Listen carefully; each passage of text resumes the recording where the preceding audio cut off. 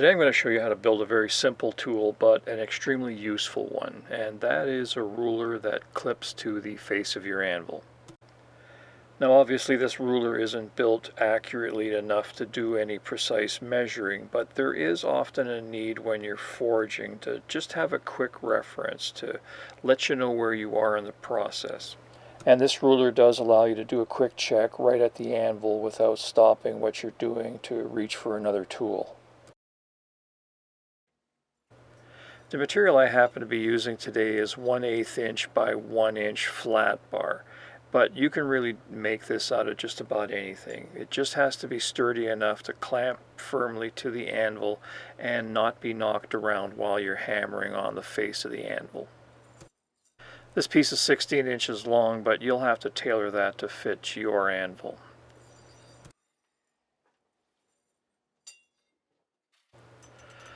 So there's nothing fancy about this build. I'm just cleaning up the ends and putting a slight curve so that they slide over the sides of the anvil very smoothly. It's all pretty self-explanatory as I go along.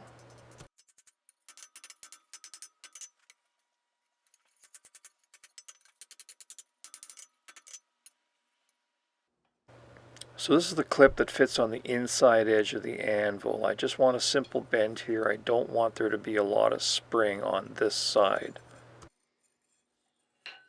Here I'm just estimating where the bend needs to go on the far side of the anvil. I want there to be at least 3 inches of overhang on the far side of the anvil because quite often I'm measuring offsets and I need to reach over the far end of the anvil, so I want some way of measuring that.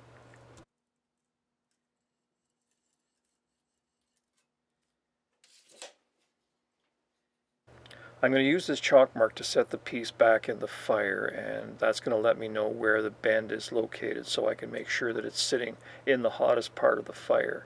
And then when I pull the piece out of the fire, this set of dividers is going to let me know where I need to do the actual bend.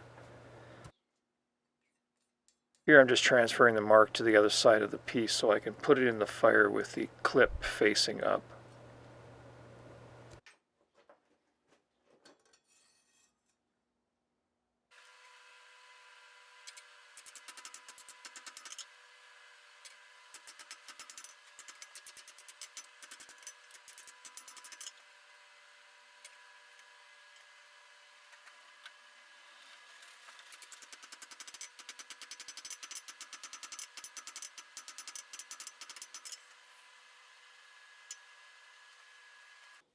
Now I'm getting ready to shape the actual spring that's going to clamp this ruler to the anvil, so I'm setting up a pair of dividers to the total width of the anvil face so I can use that as a reference.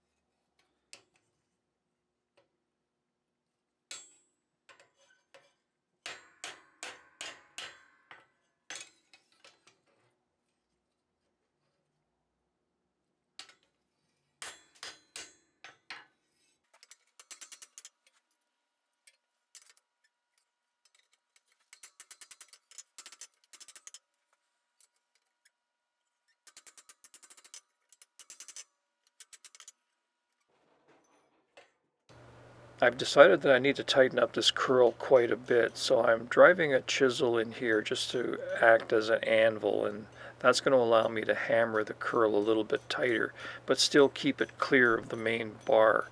I want it to be flexible there. I don't want it to be dragging on the main section of the ruler, so this is just a simple way of approaching it. I didn't really have anything to fit in there, so sometimes you just improvise and do what you can.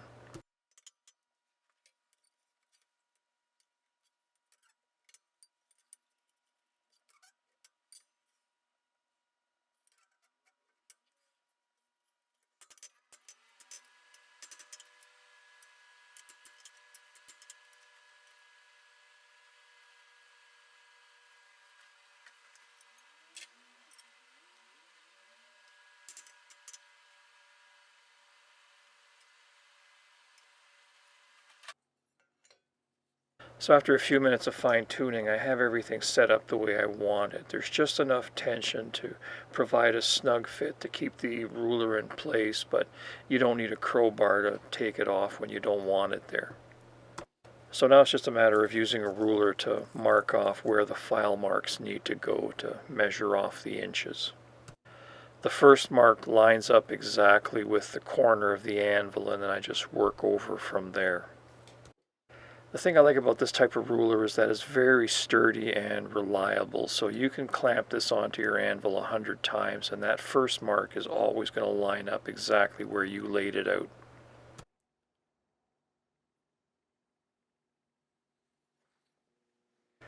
And I always use a 3-corner file to file in the markings. I know it's a crude ruler, but you do want to try to make it as accurate as you can. So just take your time, make sure you have good lighting and strong eyeglasses, and then just take it one mark at a time.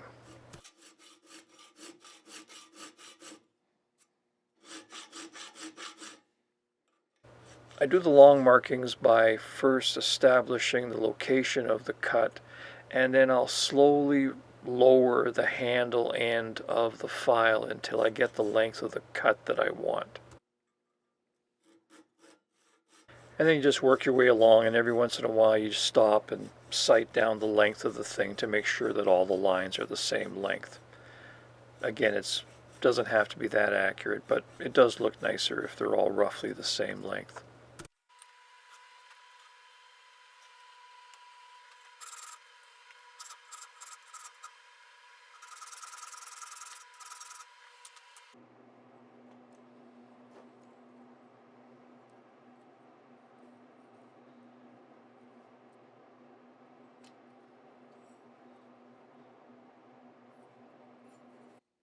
So you can see here how the first mark lines up with the edge of the anvil, and then I just work my way along to the other side.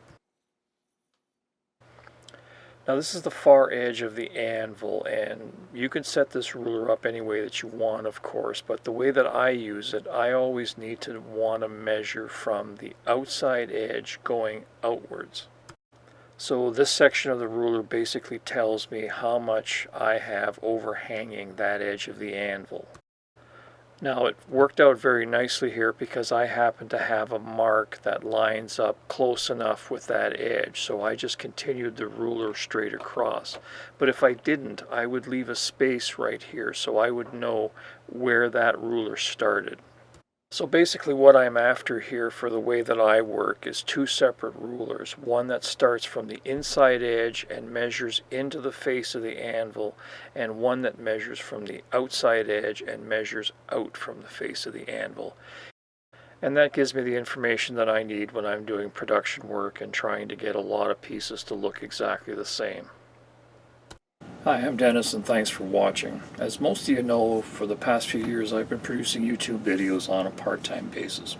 I am now looking to turn that hobby into a full-time job, and for that I really need your help. A small monthly contribution from a really small number of viewers will generate the income that I need to achieve that goal. So if you're interested in the work that I'm doing and you want to lend your support, please click on the Patreon icon at the bottom of the screen. Thank you. We'll see you next time.